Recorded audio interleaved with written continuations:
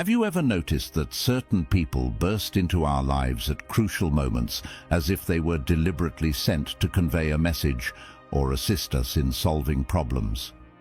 What about the feeling of déjà vu we experience when meeting someone new? Have you ever felt as if you had already shared moments with that person somewhere in time, as if your destinies were mysteriously intertwined? In this video, we will dive into Stoic philosophy, which maintains that people do not come into our lives by chance, but each encounter is meant to happen for a specific reason. Now, if you are new here, please like the video and subscribe. Statistics show that only 15% of my audience is subscribed to the channel, so if this content has helped you in any way, I ask you to subscribe and hit the notification bell. Now, let's start this transformative journey together. As we explore this fascinating perspective, we will open up to a journey of self-knowledge and deeper understanding of the complexities of human relationships. We will delve into the ancient teachings of Stoic philosophers who invite us to reflect on the role of fate and free will in shaping our social interactions. One day, as the elderly monk Jotaka meditated under a blooming cherry tree, a young man named Hiroshi approached and asked respectfully, "Master, sometimes I meet people and feel a positive sensation, as if I had already known them or as if they had a particular affinity with my soul. Other times, however, I experience a negative sensation, as if that person came to hurt me. All this disturbs me and makes me wonder, do they come into our lives by chance?" Jotaka, with his penetrating gaze fixed on the young man, replied, "People never enter our lives by accident, and this truth is deeper than we can imagine. In life, we encounter various people, each with their place and function in our story. Some come and go, others stay and accompany us through different stages of life." Jotaka rose slowly and pointed to the blue sky above them. "Observe the birds, young friend," he said. "They do not fly by chance. They are carried by air currents, just as we are driven by the invisible forces of existence." Hiroshi contemplated the birds soaring through the sky, trying to grasp the depth of the master's wise words. "Imagine your life as a garden," Jotaka added. "Each person who crosses your path is like a seed sown by fate. Some bloom like colorful flowers that last a season, others like mighty trees that endure through the years, but each brings the promise of new growth." Hiroshi nodded slowly, immersing himself in deep reflection as he evoked in his mind the image of the various flowers and trees that had bloomed along his life path, each one as living representations of the encounters and experiences that had marked his journey. "The people who listen to us," Jotaka continued with compassion emanating from the depths of his being, "often become our greatest teachers. They are like sharp stones on our path, carving and shaping our existence with their presence. Despite the pain they may cause, they offer us valuable lessons that help us grow and discover the strength that resides within us." The young monk let his eyelids close slowly, immersing himself in the darkness of his thoughts while reliving the challenges that had sculpted his soul over time. Each experience, each overcome obstacle, had left an indelible mark on his being, shaping his character and forging his path towards wisdom. In the silence that enveloped the room, Jotaka's words resonated like a soft but penetrating echo, reminding Hiroshi of the importance of each encounter, each experience in the fabric of his existence. "And then there are those who appear when we need them most," Jotaka pointed out, indicating towards a majestic tree. "Just as the roots of this tree support us on stormy days, these people back us up in difficult times." Hiroshi recalled someone who had been his refuge during a very delicate period, a solid anchor amidst a storm, a person who later drifted away from his life, although he still wished they were by his side. Finally, Jotaka wisely concluded, "Some stay with us forever, like fixed stars in our sky, bright and constant. The true friends, family members, soulmates. With them, we share the burden of our days and the joy of our successes. The young monk smiled, feeling enveloped in gratitude for the special people he had met and had by his side. Jotaka looked up at the sky, and a subtle light danced in his eyes. Recognize and appreciate each person who crosses your path, young Hiroshi. Each one is an essential part of your story, and you are part of theirs. Life is an intricate network of destinies, and each encounter contributes to the fabric of your existence. With these words, Jotaka led Hiroshi on an introspective journey towards a deeper understanding of the nature of human relationships and the role they play on the path to wisdom and personal fulfillment. Together, immersed in a conversation that transcended time and space, they explored the teachings of Stoic philosophy, finding comfort and guidance in its worldview and approach to life, inspired by Stoic principles of acceptance, virtue, and the recognition of fate. Hiroshi and Jotaka engaged in an enriching dialogue that resonated with the timeless truth of the ancient sages. They reflected on the idea that each encounter, each person who crosses our path, has a defined purpose in the fabric of universal destiny. As the sun set over the horizon and shadows lengthened in the serene monastery garden, Hiroshi found himself flooded with gratitude. Thanks to this fortuitous encounter, he had been brought to the feet of this wise old man, whose wisdom transcended the barriers of time and space. In the company of Jotaka, Hiroshi was preparing to receive lessons that would resonate deeply within his being and guide him in his quest for understanding and spiritual fulfillment. A M line in the palm of your hand. Have you ever noticed that you have specific lines on the palms of your hands? Lines that intertwine, branch and intersect like mysterious paths on an ancient map? Have you ever wondered if they have any meaning? You should know that the lines on your palms are not mere random marks. Stoic philosophy also teaches us that we must accept the circumstances we cannot change and focus on what we can control, such as our actions and attitudes. In this story, thanks to Buddhist and Stoic wisdom, we will focus particularly on the sun line and see what it means to have this sign on the palms of your hands. So, if you're ready to embark on a mystical journey between legend and reality in search of your inner peace, follow the video to the end. You will discover the secrets of the sun line, a symbol that has fascinated scholars, researchers, and truth-seekers for centuries, and understand how this sign can influence your personality and destiny. It will be a mystical journey between legend and reality that could change your life. There is a monastery among the mountains of Japan that welcomes souls seeking enlightenment and wisdom every day within its austere walls. The old monk Nin, renowned for his profound knowledge, often gathers disciples to share precious teachings. One day, as the sun painted the sky with golden hues and the song of the birds filled the air of the surrounding forest with celestial melodies, Nin invited his students to gather around him. "Dear disciples," he began in a soft voice, "today I will talk to you about an enigmatic line that some of you may have imprinted on the palm of your hand. This line, called the sun line, is shrouded in an aura of mystery that has fascinated and intrigued Buddhist monks for centuries." A murmur of curiosity spread among the disciples, like a gentle wind stirring the leaves of the trees. Each of them carefully examined their hand, trying to identify the mysterious line that might conceal an unexpected destiny.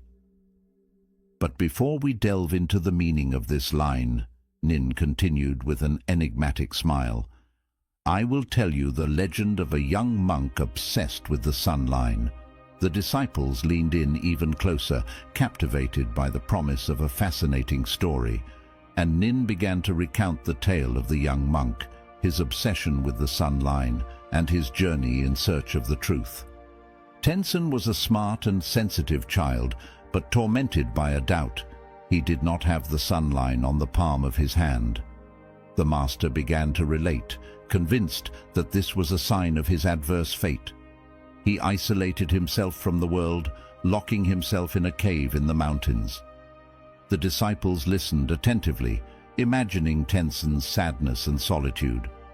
One day, Nin continued, an old Buddhist master named Kempo went to see him and invited him to follow him.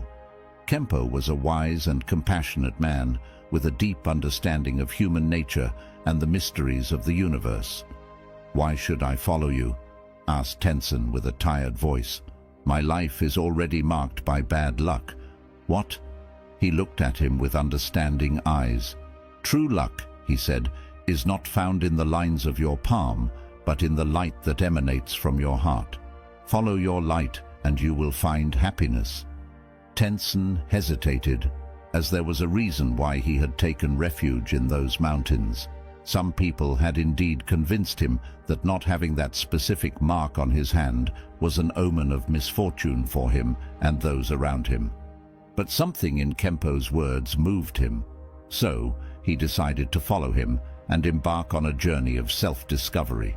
During their journey, Nin recounted, Kempo taught Tenzin the principles of Buddhism, meditation, and the importance of cultivating compassion, gratitude, and determination. Tenzin began to see the world with new eyes, understanding that true wealth does not lie in material things, but in the inner light that each of us possesses. A curious disciple asked, "And the sun line, Master Nin, what significance does it have in Tenzin's story?" Nin smiled. "The sun line," he explained, "represents the inner light that each of us possesses." Tenzin, initially obsessed with the absence of this line, learned to cultivate his inner light and not to depend on external signs to find happiness. And his story teaches us that true luck is not a matter of destiny, but of a positive attitude and a life lived in harmony with the values that inspire us.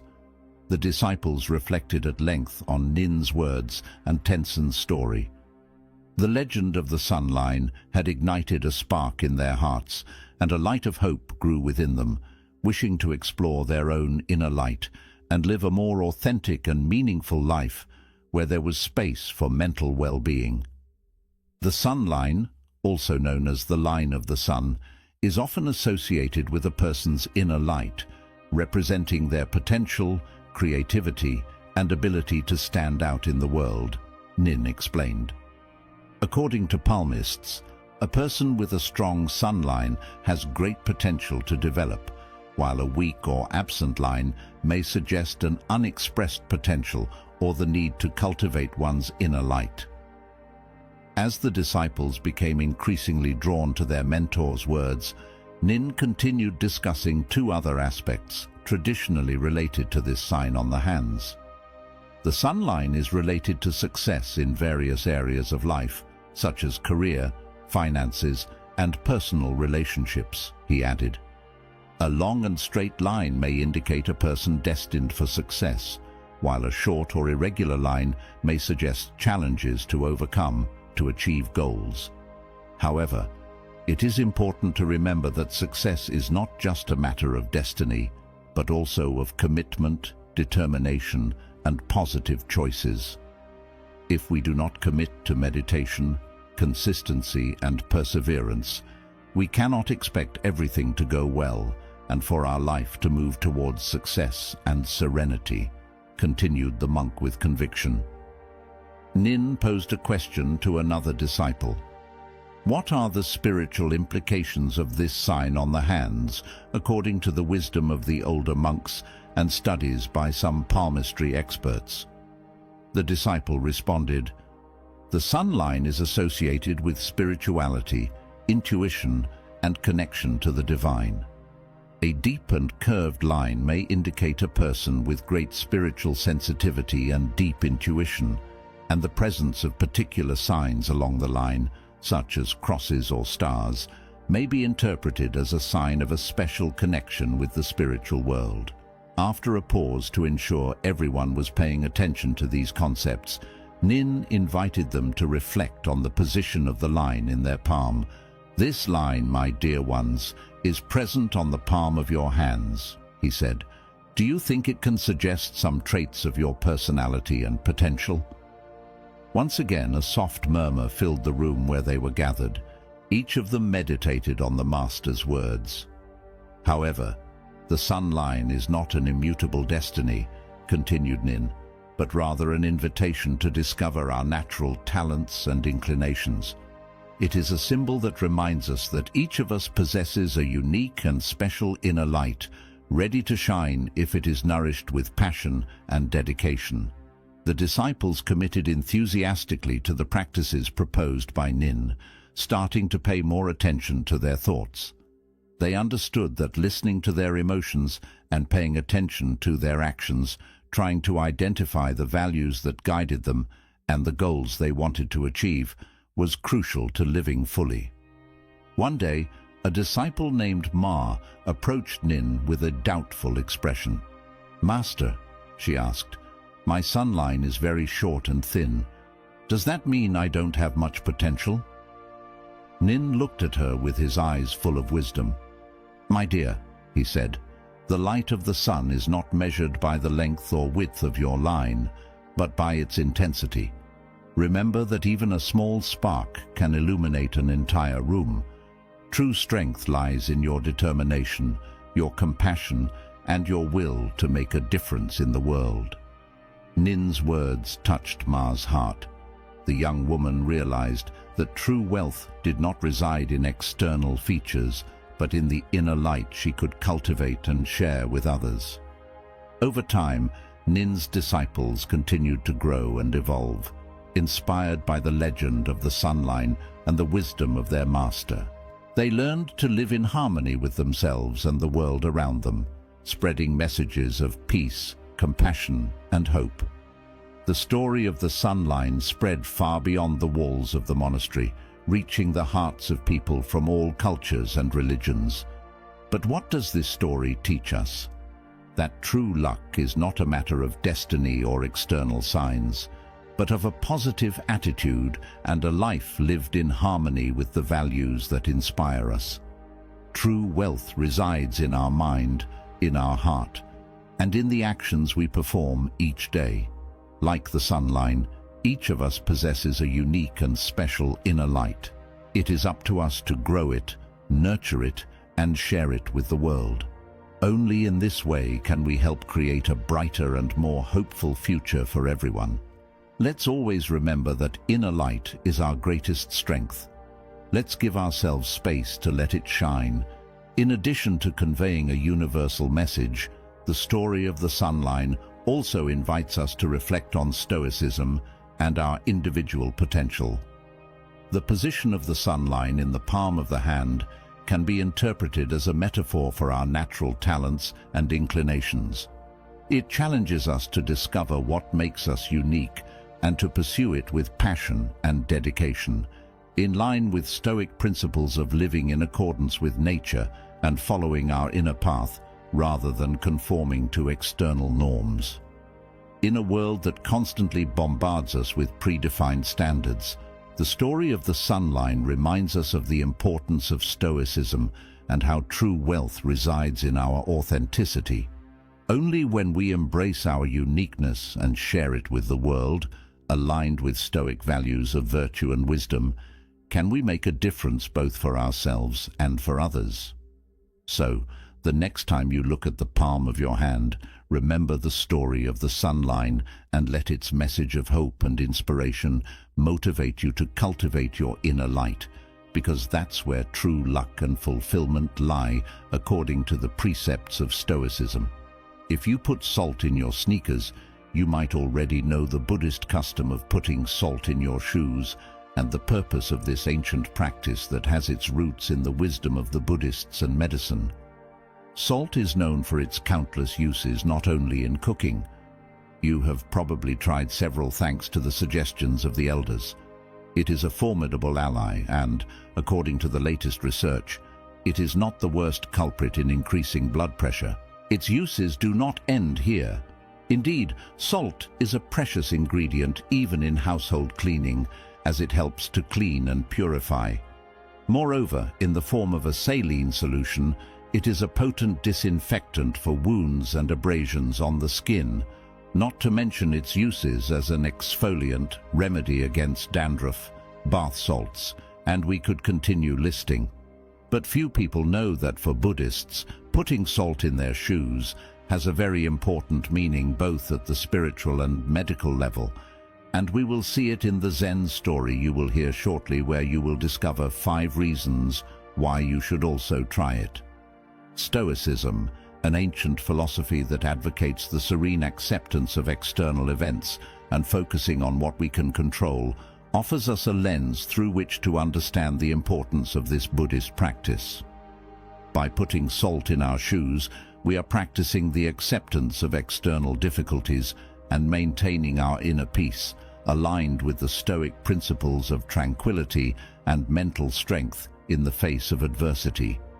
It reminds us that, just like in Stoicism, our inner well-being is not determined by external circumstances, but by our attitude and response to them.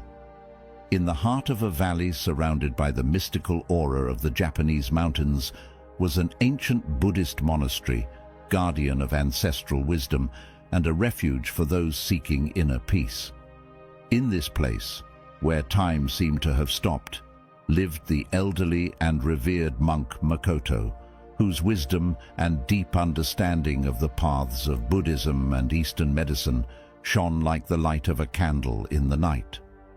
One morning, as the golden rays of the sun filtered through the branches of the trees, Makoto gathered his disciples in the monastery cloister for one of the usual lessons, and with a serene expression, invited them to sit in a circle around him and began to speak with a warm and reassuring voice.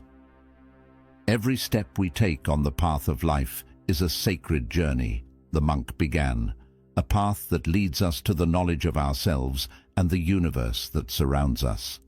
And just as to face a long and exhausting journey, it is necessary to prepare adequately, so too in our earthly existence we must be ready to face the challenges that await us."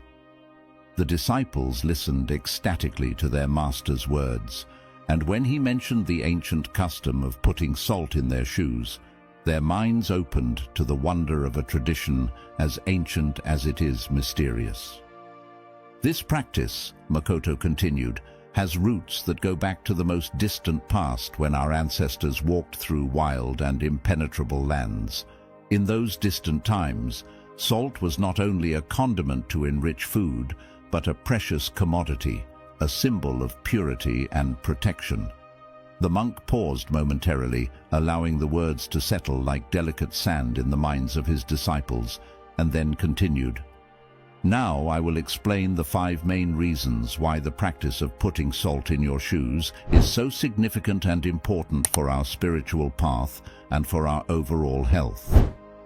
"First," said Makoto, "salt has the power to absorb moisture just as Buddha absorbed the suffering of the world. When we put salt in our shoes, it helps us keep our steps light and agile.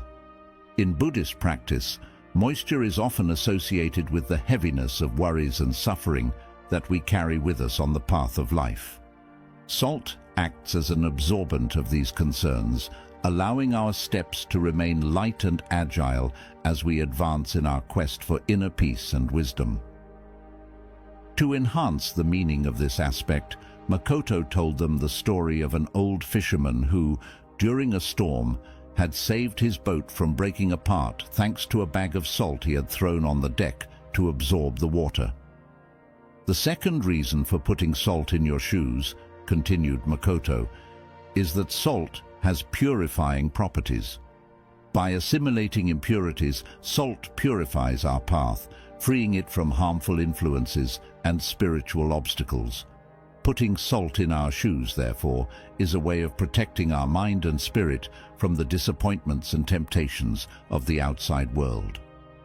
To better explain this idea, the monk shared with his disciples the story of a traveler who, during his journey, came across a river infested with evil spirits. Thanks to the salt in his shoes, he was able to cross the river unharmed, protecting his mind and spirit from negative influences. The third reason, continued Makoto, is that salt helps us maintain balance. Just as the mountains surrounding us are symbols of stability and strength, putting salt in our shoes also helps us root ourselves to the earth and remain steadfast in the face of life's storms. The mountains surrounding the monastery represent the image of stability and strength, said the monk. Just as these imposing rock formations remain firm even in the face of the most violent storms, so too must we learn to maintain our internal stability when facing life's challenges. And putting salt in our shoes symbolizes this balance. Salt, in fact, acts as an anchor for our steps, stabilizing them and preventing unwanted falls along our path. When we walk with salted shoes, we feel more solid and rooted to the ground, as if we had a deep connection with the earth itself. This balance affects not only the body, but also the mind and spirit. Therefore, following this practice is an invitation to find the right balance between the different dimensions of our existence, between work and rest, between action and contemplation, between joy and sorrow, between good and evil. To make the concept clearer, Makoto told the story of a young monk who, during a meditation on the banks of a stormy mountain stream, had found perfect balance thanks to the salt he carried with him.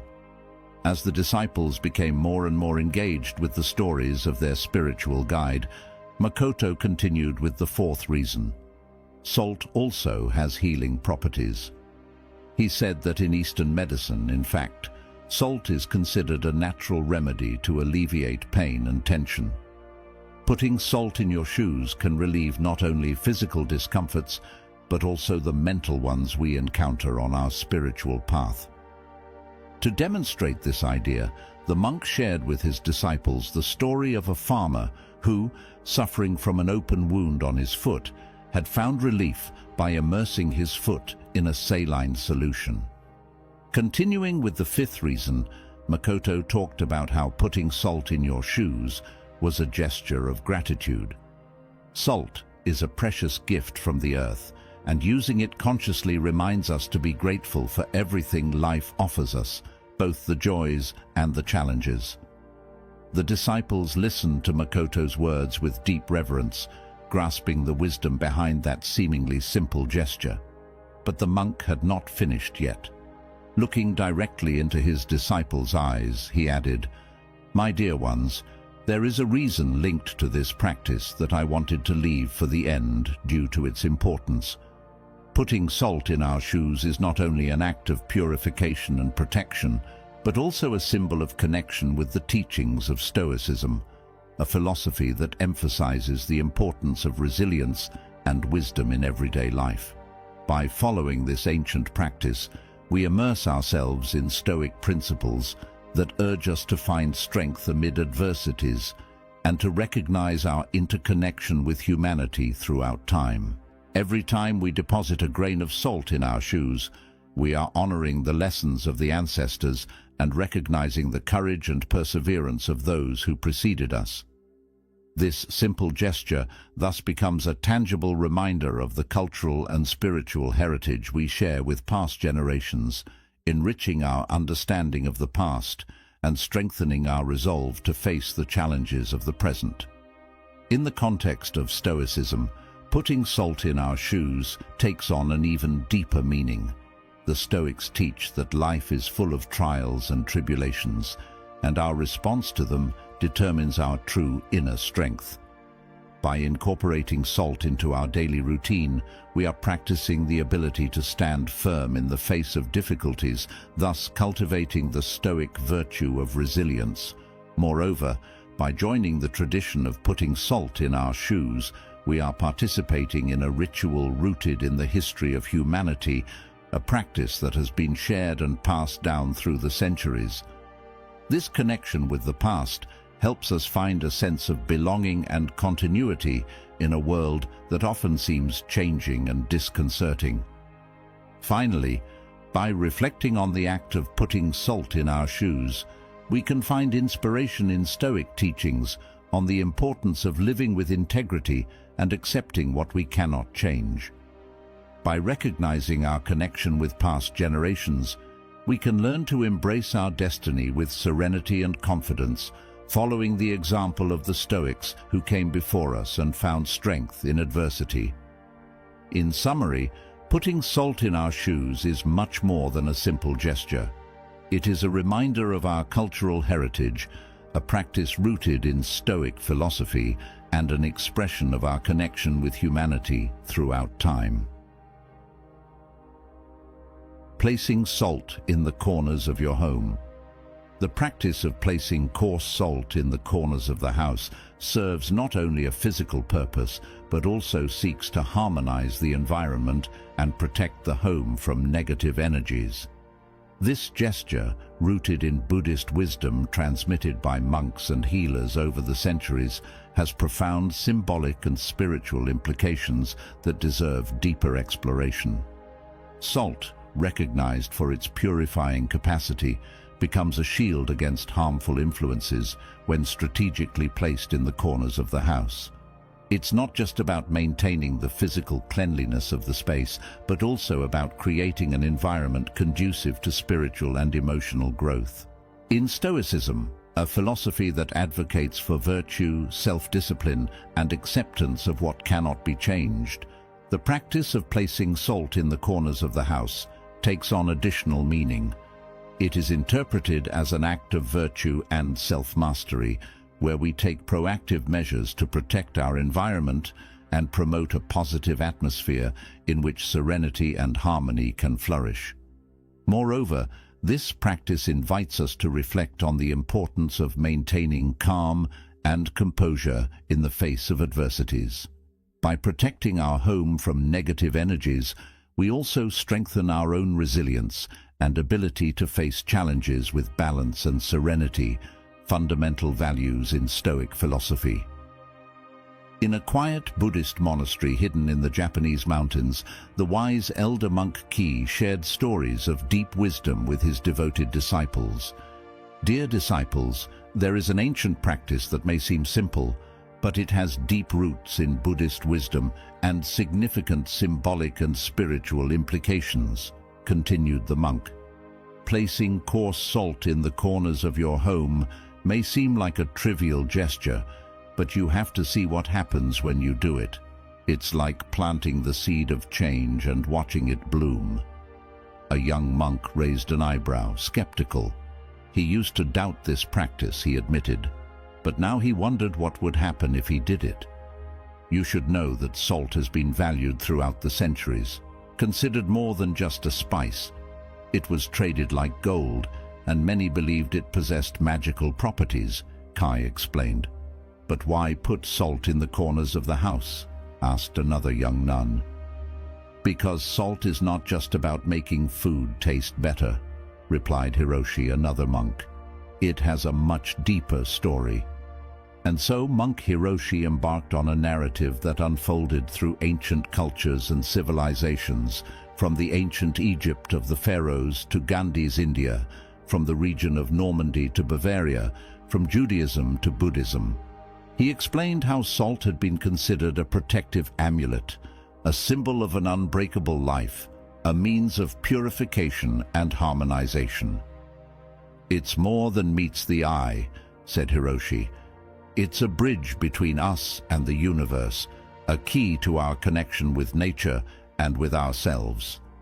His disciples absorbed the wise monk's words, reflecting on the meaning behind such a simple gesture as placing salt in the corners of their home.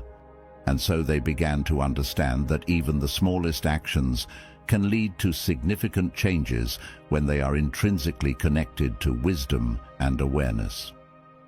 Every practice has a beginning, Hiroshi began, and the practice of using salt as a tool for purification and transformation has its roots in the past, intertwined with the stories of wise monks and ordinary people. The disciples leaned in eagerly to discover the secrets that Hiroshi was about to reveal. In the Buddhist tradition, he continued in a calm tone, salt is considered a protective amulet, capable of repelling negative energies and purifying the space it occupies. A young nun raised her hand, eager to learn more. "But how did this practice begin?" she asked curiously. Hiroshi smiled, accepting the question. In ancient times, it was believed that corners were places where stagnant energies could accumulate, creating an imbalance in the home's environment, he explained. And by placing salt in these points, an energy barrier was created that repelled negative influences. The disciples' eyes shone with interest as Hiroshi continued his narration. As Hiroshi spoke, the disciples found themselves transported to a world of ancient beliefs, superstitions, and traditional wisdom, and began to understand that the simple act of placing salt in the corners of the house was an act of protection and harmonization with the universe. But the power of this element is not limited to protection, continued Hiroshi, his eyes glowing with wisdom. Salt also has the ability to transform stagnant energies into positivity and create an environment that fosters personal growth and emotional well-being. The disciples listened attentively, fascinated by the wise monk's words. The wise monk's words resonated in the minds of his disciples, who increasingly understood the concept of using salt as a tool for purification and transformation. Hiroshi, with a serene and confident expression, continued to share his deep knowledge about this humble yet powerful element. Salt, he explained, not only has culinary value, but also possesses physical and symbolic properties. Over the centuries, it has been considered a divine gift, a symbol of purification and protection against dark forces. He showed his disciples a variety of salts collected from different parts of the world, from raw sea salt to pink Himalayan salt crystals, each with its unique vibration. You have now reached the halfway mark of the video. I congratulate you for trying to become a better version of yourself, and I also humbly ask you to leave a comment, as it helps my channel immensely. And don't forget to subscribe for more content like this, and will also help you achieve a Stoic mindset. But how can we fully harness the power of salt in our lives? Asked one of the monks, eager to apply what he was learning.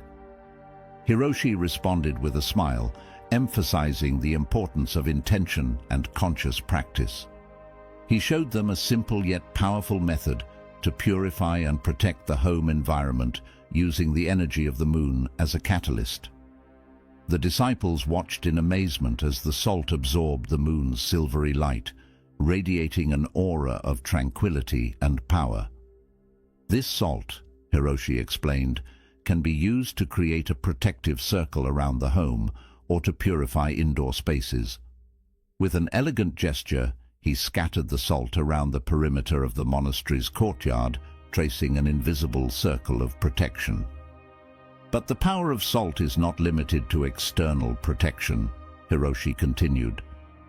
It can also be used to purify and harmonize internal spaces, creating an environment that promotes spiritual growth and well-being. With that, he guided the disciples inside the monastery, where he instructed them in a series of practices involving salt to purify and harmonize the internal spaces. Each gesture was performed with awareness and intention as the disciples learned to connect with the power of salt and use it to transform the energies around them. Hiroshi led them through practices that involved absorbing moisture in the monastery walls and using salt as a natural air purifier to combat bad odors in domestic environments. Stoicism, a philosophy that advocates for virtue, self-discipline, and acceptance of what cannot be changed, finds profound resonance in the use of salt as a tool to maintain spiritual and emotional balance in our lives. Stoics teach that we should cultivate an attitude of serenity and acceptance in the face of life's challenges, and the practice of using salt as a purifying and protective agent can be seen as an exercise in virtue and self-mastery. In Stoic philosophy, the importance of maintaining calm and serenity in the face of adversity is emphasized, as well as accepting what cannot be changed. By using salt to purify and protect our environment, we are exercising our ability to control our own lives and cultivating the virtue of prudence and moderation. Furthermore, the practice of using salt as a tool to maintain spiritual and emotional balance also invites us to reflect on the transient nature of emotions and negative energies. Just as salt absorbs and dissipates negative energies in our physical environment, we can learn to let go of negative emotions and find inner serenity through the practice of Stoicism. In summary, the connection between Stoicism and the use of salt as a tool to maintain spiritual and emotional balance in our lives is undeniable. By adopting a Stoic attitude of serenity and acceptance, and using salt as a purifying and protective agent, we can cultivate virtue and self-discipline in our lives, thus finding inner peace and harmony amidst life's vicissitudes. Write down the number 888 on a piece of paper and keep it under your pillow. Have you ever heard about the meaning of the number 888 and its spiritual significance? For many, this number represents an angelic symbol, a gateway to fortune and prosperity. Indeed, in all religions, the number 888 is linked to spirituality and the divine that resides in each of us. It is said that if you write the number on a piece of paper and place it under your pillow, you can transform your life. In this way, you can attract prosperity, serenity, and inner peace. But how does this really work? It's interesting to explore this question from the perspective of Stoicism, an ancient philosophy that advocates for virtue, self-discipline, and acceptance of what cannot be changed.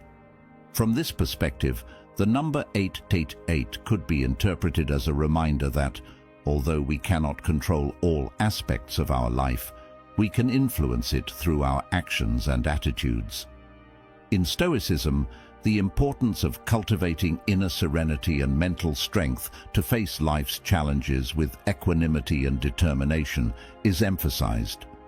Placing the number 888 under the pillow could be considered an act of affirming our intention to seek prosperity and inner peace, as well as a reminder that we must remain open to the opportunities that life presents.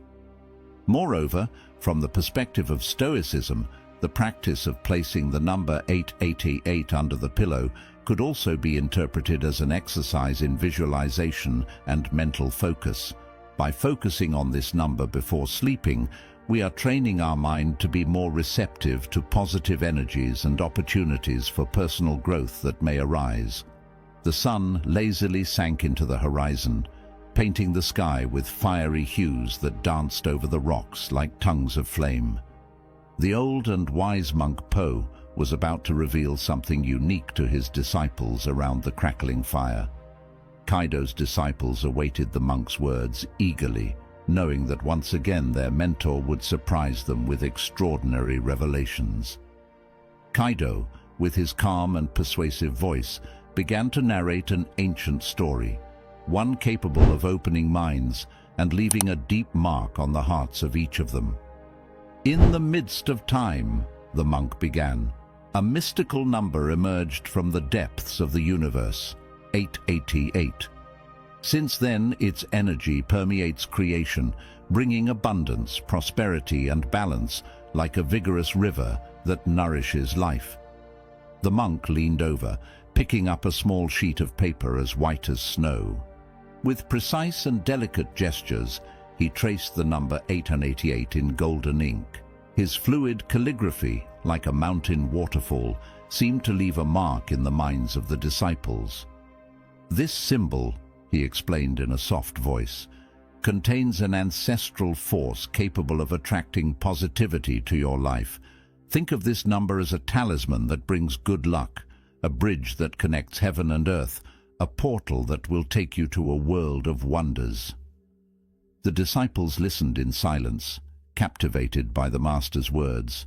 Their eyes shone with curiosity and hope, like stars lighting up in the night sky.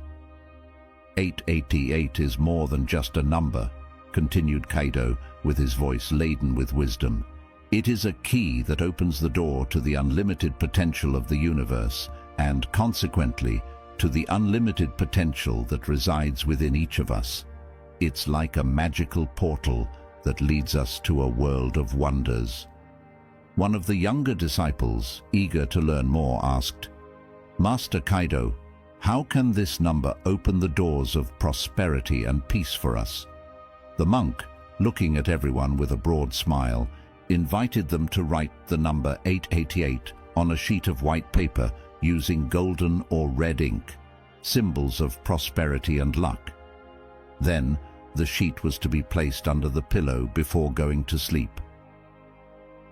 "As you sleep," Kaido whispered firmly, "your mind will open like a flower to the sun, and the energy of 888 will flow through you, purifying your spirit and preparing you to receive new gifts from the universe. It will be like a rain of blessings falling on thirsty land." The disciples nodded, and with hearts full of hope and the sheet with the number 888 in their hands, they headed to their rooms. The ritual Kaido had spoken about had deeply affected them, and they couldn't wait to carry it out with all the confidence and faith they were capable of. In the quiet of the night, the disciples retired to their rooms, lulled by the song of night birds and the whisper of the leaves. The paper with the number 888 rested under their pillows like a precious talisman, emanating a subtle and vibrant energy. And that night, something very strange happened. Everyone dreamed something, and the dreams became vivid and colorful, full of symbols and mysterious messages to interpret and use as maps for their happiness. Upon waking, the disciples felt transformed, as if a fresh breeze had swept the clouds from their minds. A feeling of renewed energy and deep inner peace permeated their being, like a wave of positivity that enveloped and intoxicated them. In the following days, surprising events began to manifest in their lives. New opportunities knocked on their doors like flowers blooming at dawn. Unexpected encounters illuminated their path like lighthouses in the night, indicating the route.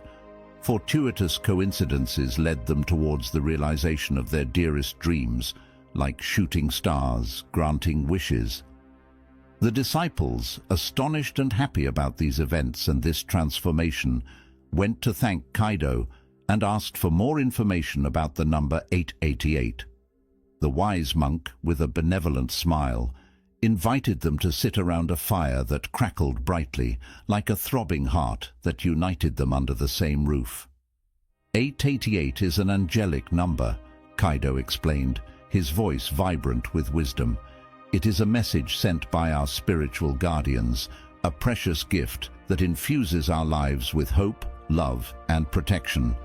Kaido continued, "In Buddhism, the number 0 represents the Noble Eightfold Path, or the path that leads to enlightenment, and 888 is seen as a symbol of spiritual perfection and awakening, a symbol that should be respected and thanks to which one can find their way in life." A disciple asked, "Master Kaido, is it true that this number is also important in other religions?" The monk, smiling, replied that in the Christian tradition, the number 888 is associated with Jesus Christ, because in Greek, the name Jesus has the same numerical value, and for this reason, it is seen as a symbol of redemption, salvation, and eternal life. Kaido told stories of angels and spiritual guides who, through this number, had offered their help to people in difficulty. He talked about how this number was present in prophetic dreams, sudden intuitions, and surprising synchronicities, like an invisible thread weaving the fabric of our destiny. 888 is a symbol of balance and harmony, continued Kaido, like a bridge connecting heaven and earth. This number helps us find the right balance between our spiritual aspirations and our material needs. It is an invitation to live a life full of meaning, where external prosperity is accompanied by inner growth, giving us emotional balance and mental well-being. As the disciples listened intently, and their hearts were grateful for the wisdom Kaido imparted, the monk taught them to meditate on the number 888. When thinking of this number, my dear ones, visualize how a golden light flows through your body and purifies your soul, and pay attention to the signs and synchronicities that manifest in your life, recognizing them as messages from the universe guiding you towards your destiny. From that day on, the disciples continued to practice the ritual of the number 888 and meditated on it regularly. Their life became a journey of discovery and joy, where each day was a new chapter in a wonderful story. Numbers danced before their eyes like notes of celestial music, inviting them to follow the rhythm of the universe and their lives. Despite the challenges and trials they were subjected to, they continued in the name of trust, faith, and perseverance. Challenges we face in life are like the stones we find on our path.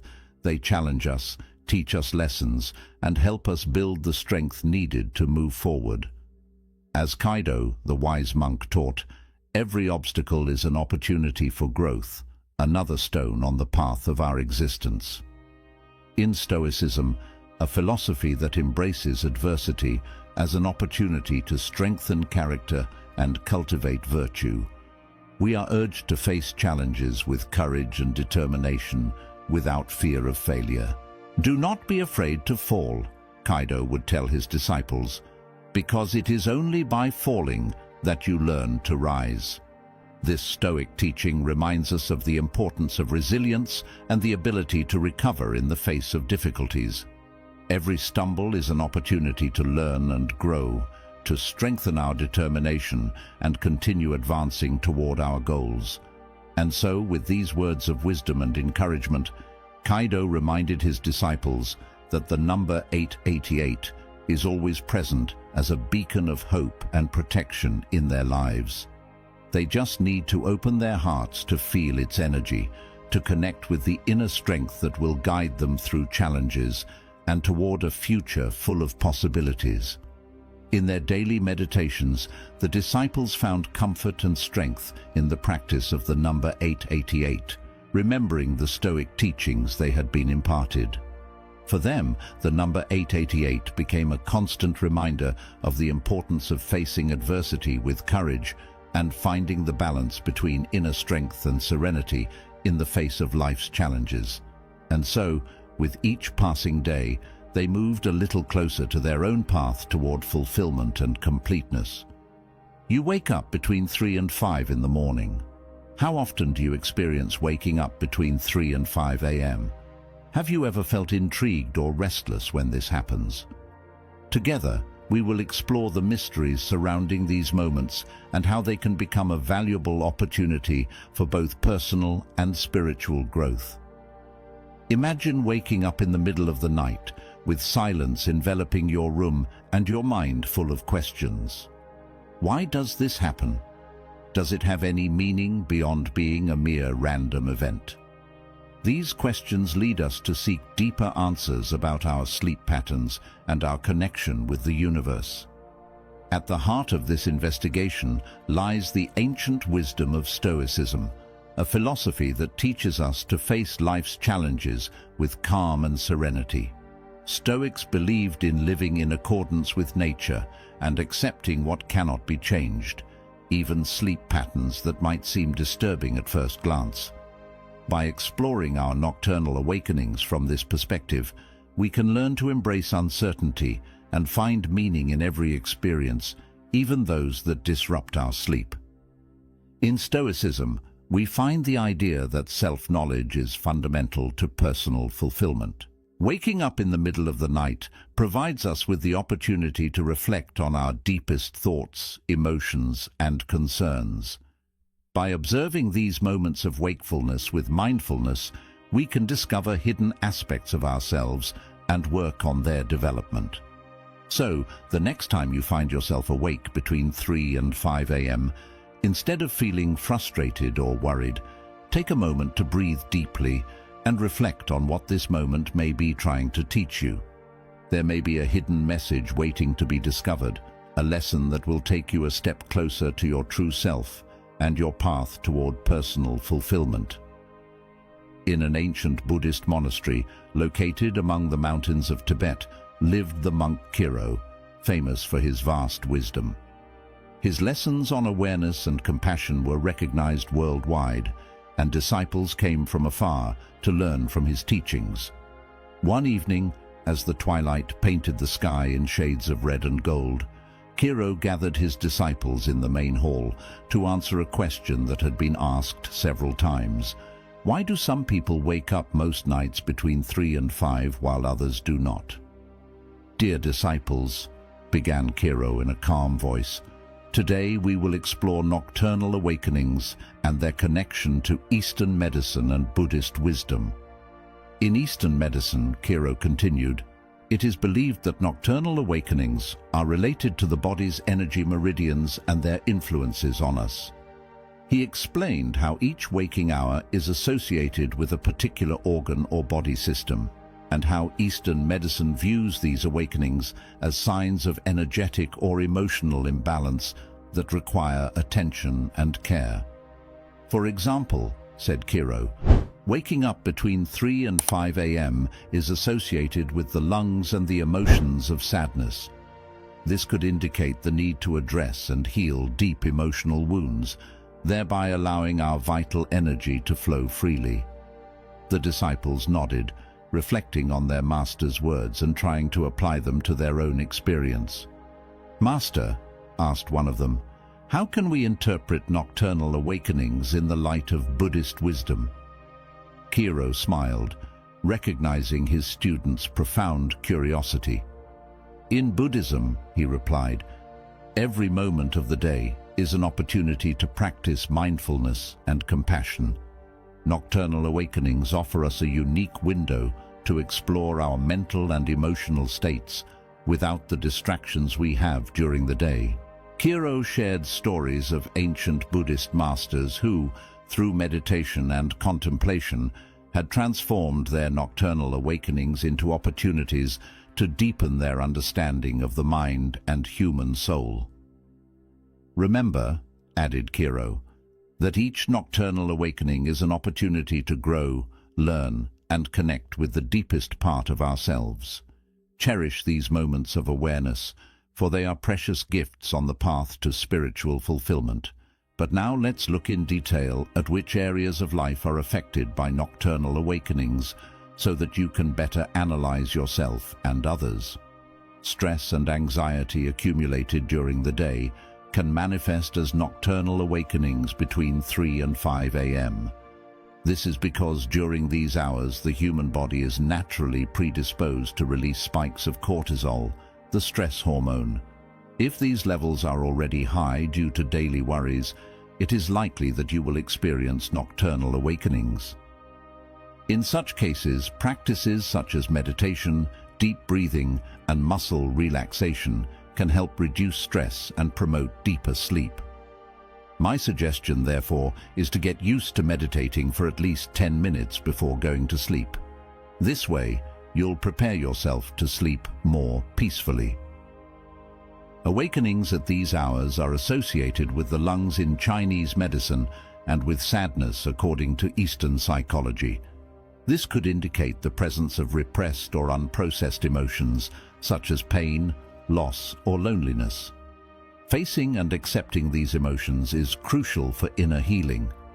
Practicing mindfulness, exploring emotions through writing or therapy, can help you understand and integrate these emotional experiences. If you have suffered negative experiences of this kind, I recommend that you work on yourself to process them and find inner peace and emotional balance. Looking into the eyes of his disciples, Kiro continued his lesson. In Eastern spiritual tradition, the early hours of the morning are considered a privileged time for connection with the divine and for spiritual practice. During this period of tranquility and silence, it is easier to lose oneself in meditation, prayer, or deep contemplation. Consider that many people wake up at these hours because their deeper selves seek to connect with the divine, explained Kiro. Waking up specifically between 3 and 5 a.m. is an opportunity to experience greater spiritual presence and awareness, opening the door to new insights and realizations. These nocturnal awakenings, Cairo continued, can also be interpreted as signs of an internal transformation and personal growth process. During these hours, the subconscious may be more active, bringing to the surface hidden emotions, thoughts, and desires. This can be a moment to deeply explore your psyche and identify what changes or transformations are necessary to live a more authentic and meaningful life.